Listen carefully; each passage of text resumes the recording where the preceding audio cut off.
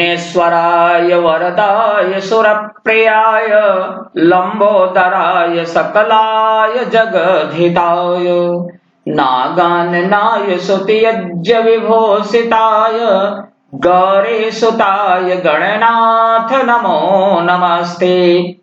समस्त भक्तों को करवा चौथ की अनंत हार्दिक शुभकामनाएं। करवा चौथ पूजन का समय शाम को 5:45 से लेकर 7:40 तक समय का उत्तम मुहूर्त है। इसमें गजकेसरी योग, बुधादित्य योग एवं स्थिर लग्न में करें पूजन तो सर्वश्रेष्ठ फल मिलेगा। मैं नीचे पूजन का समय दिया हूं, जिसमें आपको समय यहां पर दिखाई दे रहा है। 5:45 से 7:40 तक पूजन का मुहूर्त उत्तम है। शाम को 7:10 से 7:56 तक पूजन का मुहूर्त अति उत्तम है।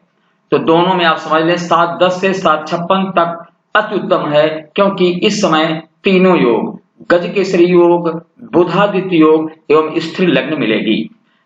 एवं 5:45 से लेकर 7:40 के मध्य में आपको गजकेसरी, बुधादित्य योग, 2 योग मिलेंगे, लेकिन स्थिर लग्न के लिए आपको 7:10 तक प्रतीक्षा करनी पड़ेगी। तो आइए, जो लोग व्रत रहते हैं उनके हम कुछ विधान बता दे रहे हैं। ब्रह्म मुहूर्त में खाई जाती है सरगी, कुछ लोग इसको सहरी भी बोलते हैं। सासू मां के द्वारा ये दिया जाता है, इसलिए स्थान स्थान पर शब्द भेद है। तो यहां पर सरगी शब्द का हम प्रयोग लिखकर आपको बता रहे हैं। करवा चौथ का व्रत शुरू करने से पहले सास यानी सासू मां अपनी बहू को सरगी खिलाती हैं। सरगी ब्रह्म मुहूर्त में खाई जाती है, यानी कि सूर्योदय से 48 मिनट पहले, यानी जब अपने यहां कौवा बोलता था उस समय लोग कहते हैं कौवा बोलने वाला, उसके पहले सरगी खा लो। तो उसके पूर्व आप सरगी खा सकते हैं। माना जाता है कि सरगी के बिना व्रत पूरा नहीं होता है। सरगी में फल, मिठाई, ड्राई फ्रूट और पूजा की सामग्री होती है। इसके साथ ही सास बहू को 16 श्रृंगार का सामान देती है, जिससे कि बहू के जीवन में सदैव 16 श्रृंगार धारण करने का समय बना रहे। यह एक कामना की जाती है सास के द्वारा बहू के लिए। इसके बाद में दूसरा होता है बायना का महत्व। इसी तरह से बायना का भी महत्व है। सरगी की तरह ही बायना भी महत्वपूर्ण है। शाम को सुहागिन महिलाएं सास के लिए बायना निकालती हैं।